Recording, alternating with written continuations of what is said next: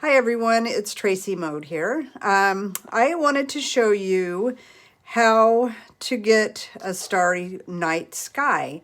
So this is a painting that I've started, and I'm not sure where I'm going to go with it quite yet as far as the colors go, but I really am happy with how my sky turned out. So I thought I'd pop on here and show you how I got to this point in the painting. So I'm going to set that aside and start off. I've got a little, I believe this is a Saunders Waterford paper, and it's actually the backside of another painting. So don't throw away paintings that you weren't happy with. Flip them over and use the other side for practice. But I've already drawn my little circle, but I wanted to show you the little tool that I used is just a little over cap from a supplement that I take. So it makes a perfect size moon though. So I just put that on top of my paper and then drew my circle around.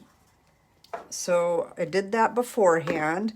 But here I'm going to use the Nichiban tape I used in the birch tree demo. You can look that up on my YouTube channel. Just showing you how. So I'm going to put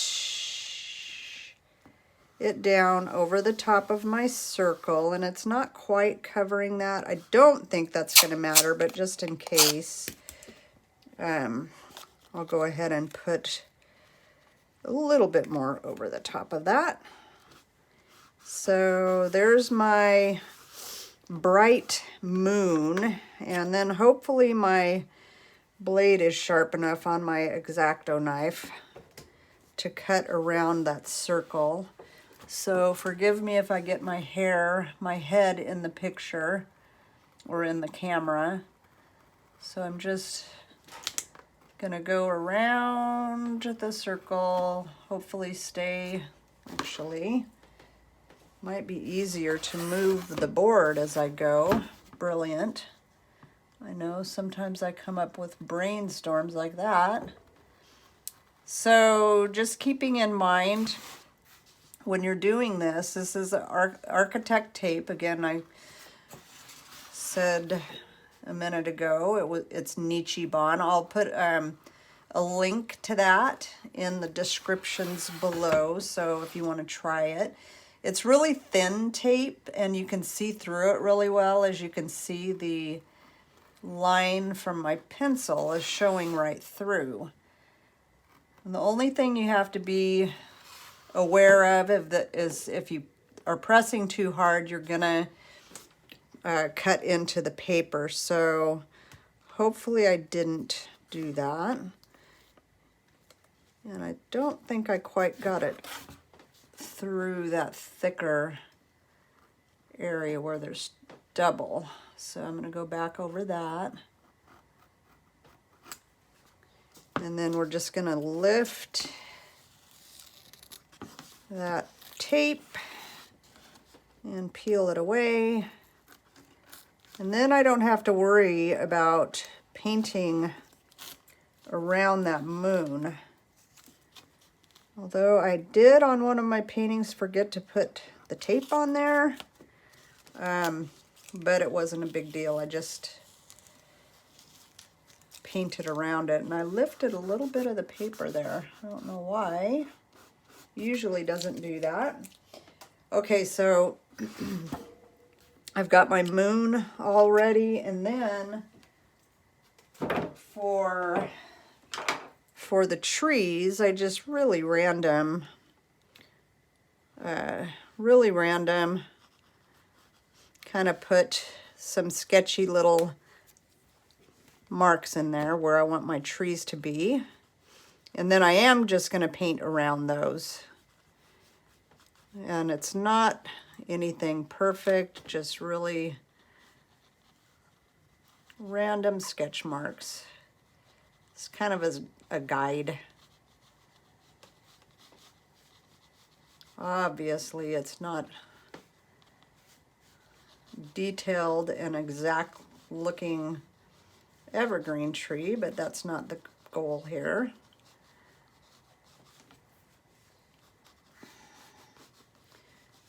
Okay, so I've got some salt all ready to go. Handy. This is just kosher salt. It's not as chunky as rock salt.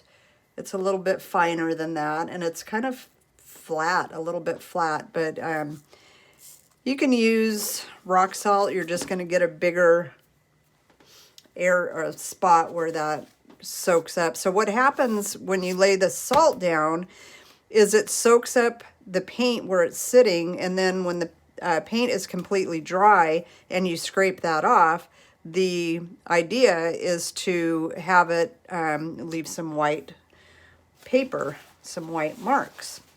So the trick is putting the salt down at just the right time.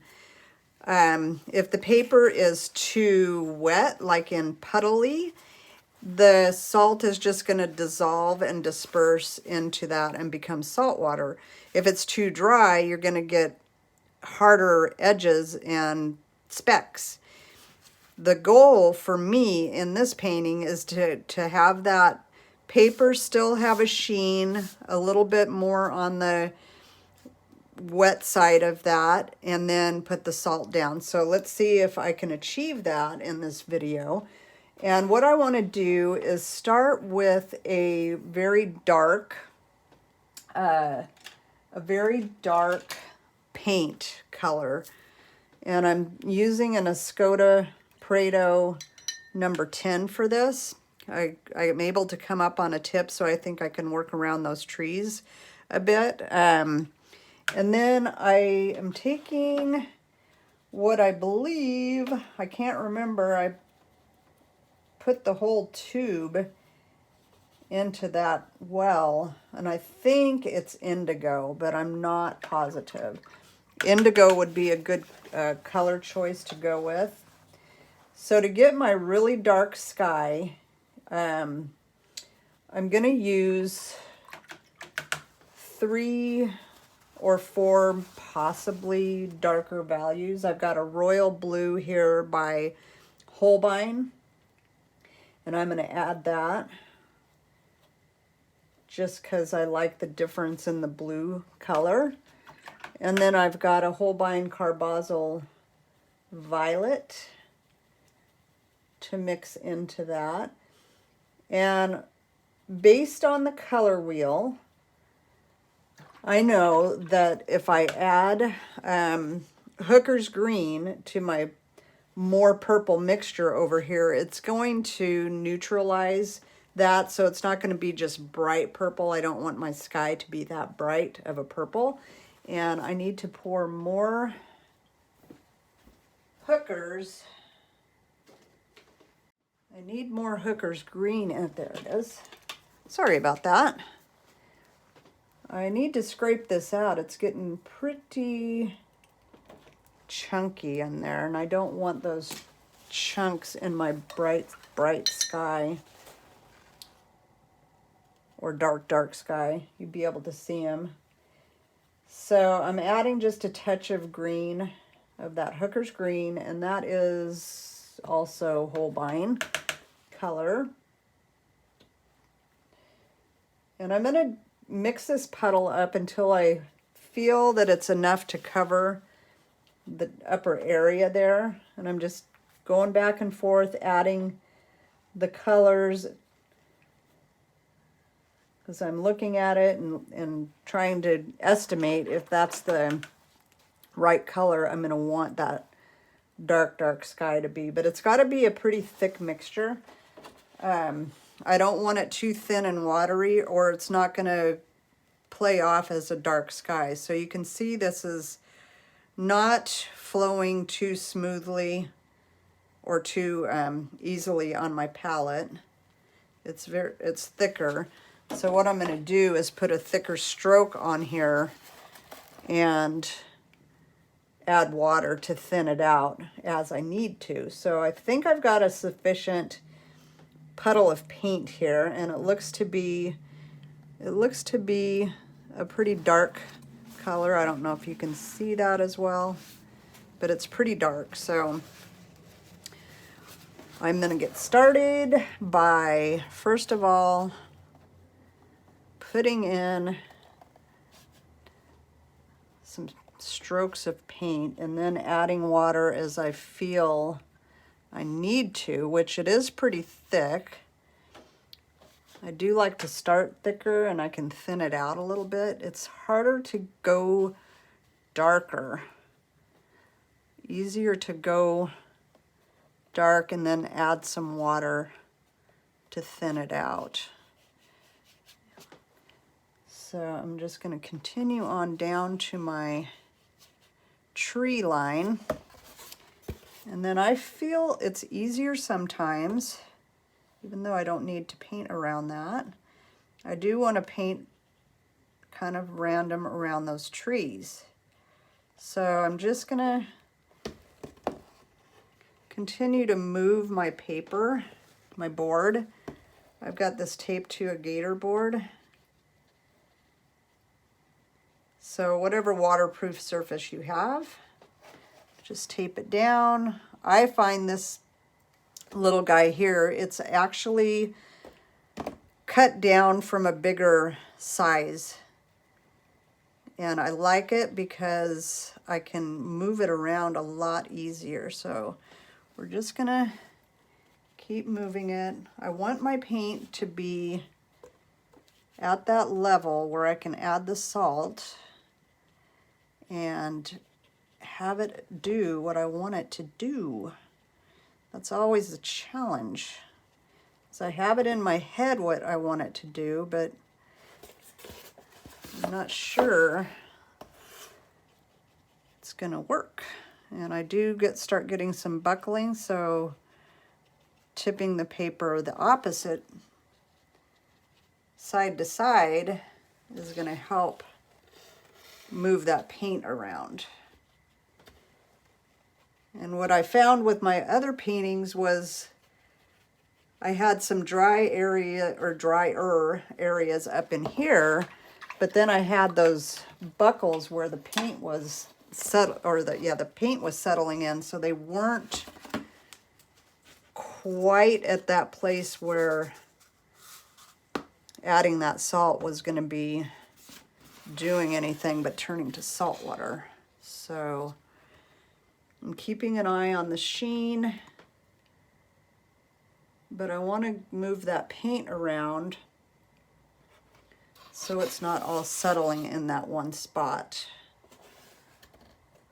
which that looks pretty good. I think if I go ahead and sprinkle a few over here.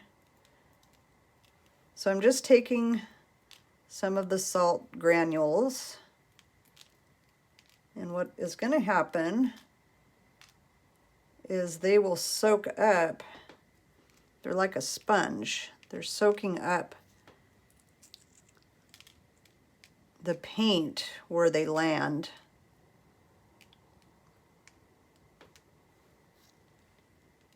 And get some down in here. That's probably not gonna. In these little areas, the paint is settling, so I'm not gonna get as big of an impact as where it's a little bit drier.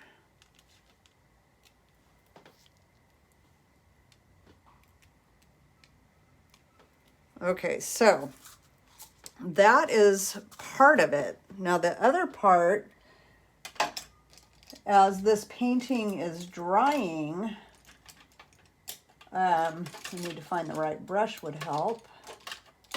So there's a couple that have the ability to splatter a little bit better. Oh, there it is. This is a number 4 Princeton Velvet Touch Round. And I've got a little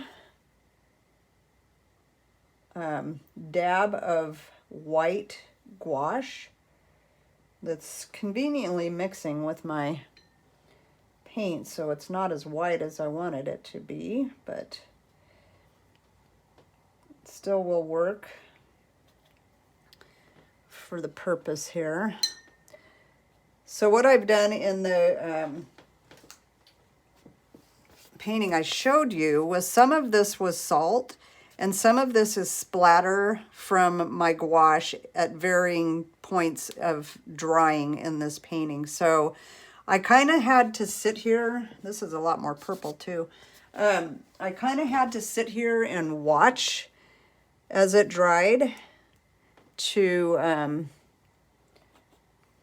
put this white gouache in at the right time. So some of this is dry enough where it's still spreading. It's not going to be just dots on the paper, which is what I want. So they look really cool when they kind of move around and blend a little bit.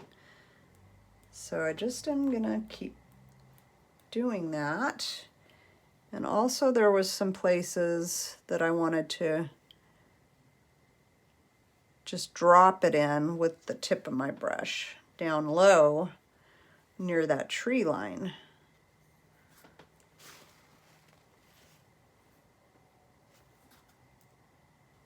Just add a little bit more of that dark paint in there.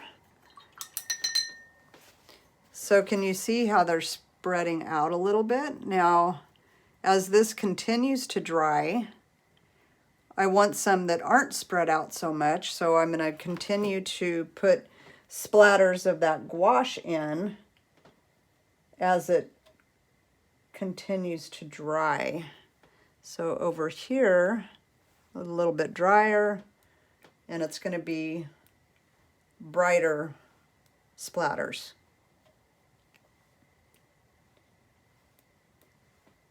And I feel like around the moon, you wouldn't be able to see quite the brightness of the stars because of the light. So, it might be, those are like planets or something.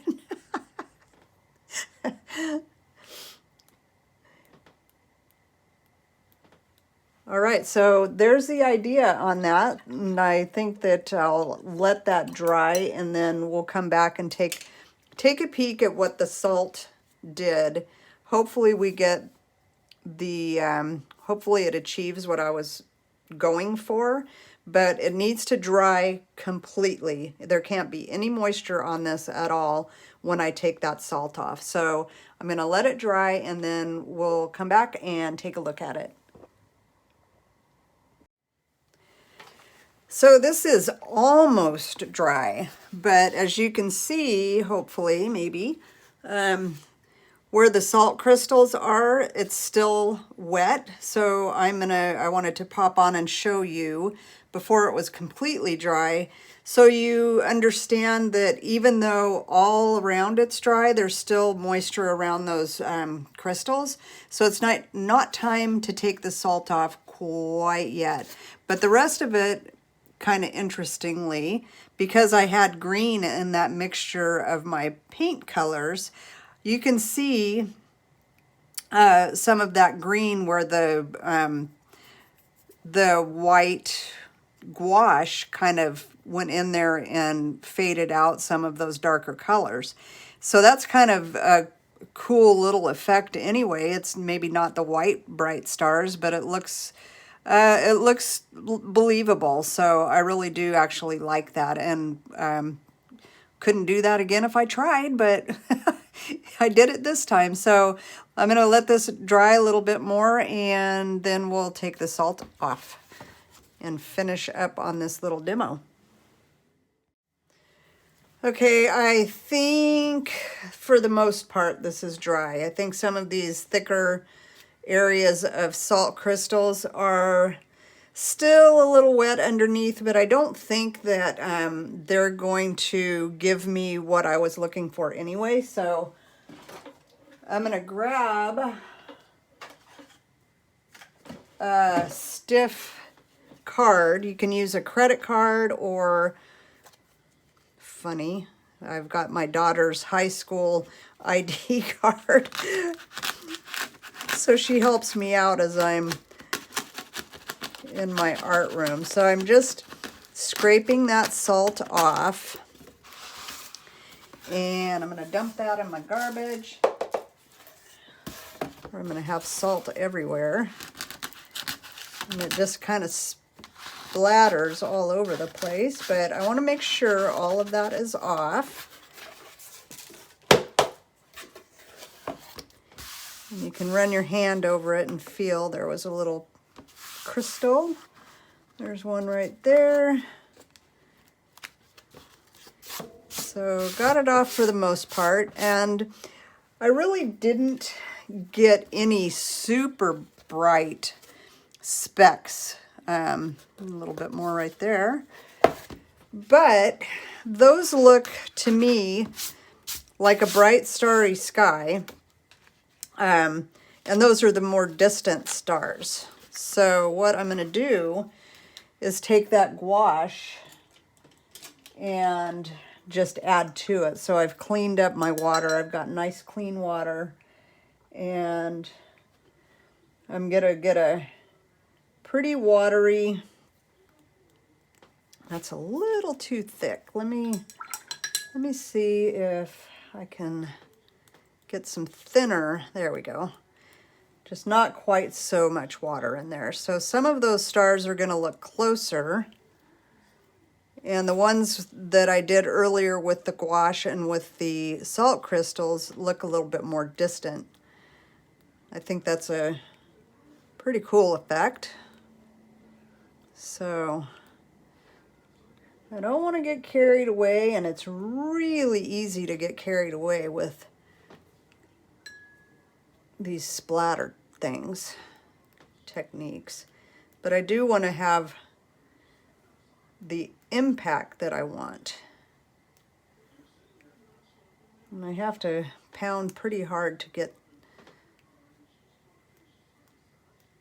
those splatters to come out of the brush. And I'm feeling my head hitting this camera. I don't know if I'm sticking my head in the way or not. Hopefully you guys aren't getting full view of the top of my head. I apologize. So I like where we're at here, and I'm just gonna do the big reveal, which isn't really a big reveal, but it is time that we can take this off. And I did indeed cut into the paper right there, but it's really not going to affect my painting when it's all said and done. It's this is going to be dark down here, so that's not going to be a big deal. But I do want to finish this up with a little bit of moon shadow. Is that a song? I think it is a song. So I'm just going to grab a little bit of the paint colors. I think what I'll do is get a little bit of orange and tone down that purple just a little bit, because I'm going to just kind of come in here and do a little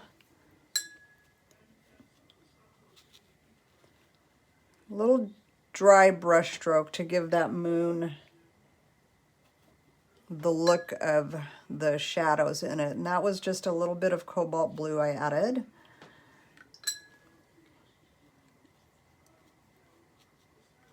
I don't want it to be very dark, so it's